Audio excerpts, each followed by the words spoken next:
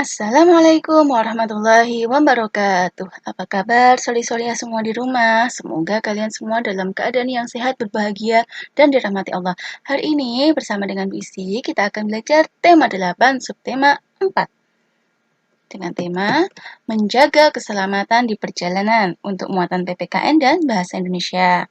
Agar belajar kita hari ini dinilai sebagai satu ibadah dan diberi kemudahan oleh Allah, mari kita awali dengan membaca basmalah bersama-sama. Bismillahirrahmanirrahim.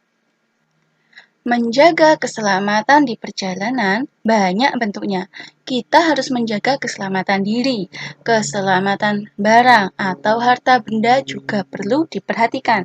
Keselamatan kendaraan pun perlu dijaga. Perhatikan gambar berikut ya. Ini apa aturan yang harus dipakai ketika di perjalanan agar selamat, yaitu menggunakan helm yang sesuai standar nasional ya. Harus menutup kepala dengan sempurna dan jangan lupa diikatkan sampai berbunyi klik gitu ya. Agar apabila hal yang tidak diinginkan terjadi, misalkan jatuh, kepala kita terlindungi, aman ya. Yang kedua, ketika membawa paket, jangan lupa diikat agar tidak jatuh. Jadi, barang juga harus dijaga biar aman. Tidak jatuh, kita rugi, tambah rugi apabila mengenai pengendara lain. Juga bisa membahayakan orang lain ya. Dan yang ketiga, kalian harus tahu arah. Ya, ini adalah denah. Mau kemana kita? Kita harus sudah tahu jalannya, supaya tidak tersesat. Kalau di zaman sekarang, kita mudah sekali kemana-mana. Tinggal menggunakan Google Maps ya. Dan yang berikutnya adalah ketika ada rambu-rambu lalu lintas, kita harus mematuhi peraturan lalu lintas. Warna lampu merah berarti harus berhenti, kuning hati-hati, dan hijau boleh jalan.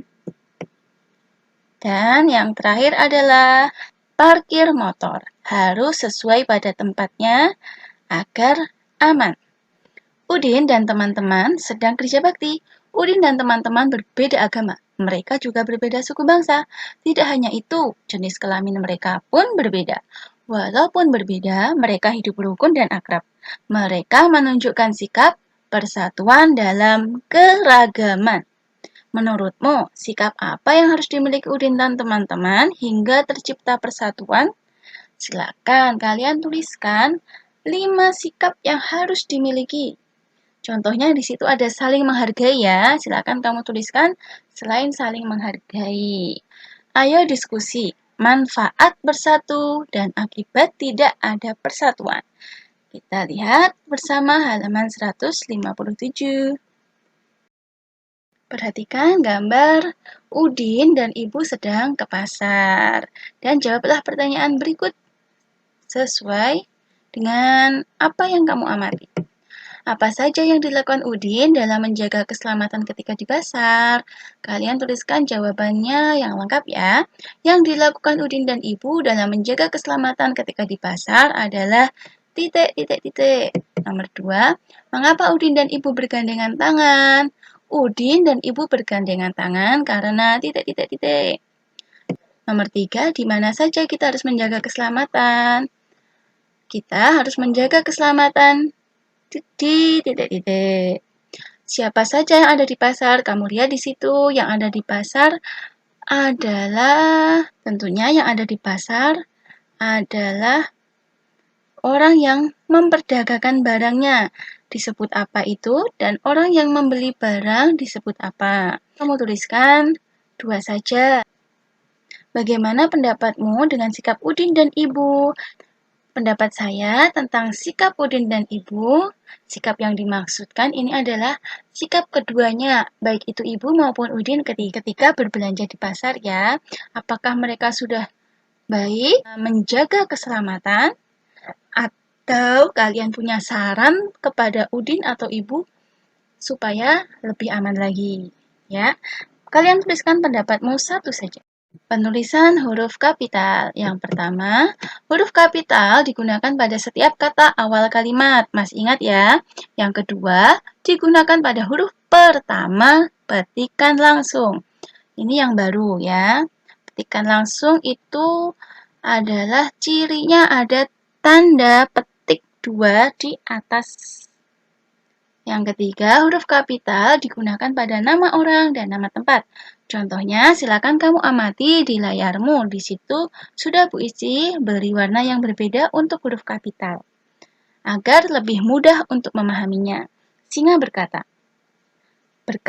Kemudian kalimat langsungnya, petikan langsung. Nah, ini ada tanda titik 2 seperti yang ada di layarmu, HP-mu atau laptopmu itu. Ya, perhatikan ya. Ini ciri kalimat petikan langsung. Ada petik 2-nya. Diawali dengan huruf kapital aku. Kalimat petikan yang pertama harus kapital. Aku akan mengirim Kiki dan Kiku ke hutan Amazon. Kiki dan Kiku juga besar karena nama orang. Ke hutan Amazon. H dan A kapital juga karena nama tempat. Agar lebih mahir lagi, yuk kita berlatih halaman 126 dan 30. Cara menjaga keselamatan di kereta api. Selain kereta api juga bisa bus atau pesawat juga bisa. Kita harus memperhatikan keselamatan di kereta api. Menjaga keselamatan di kereta api ada caranya. Beberapa cara menjaga keselamatan di kereta api sebagai berikut.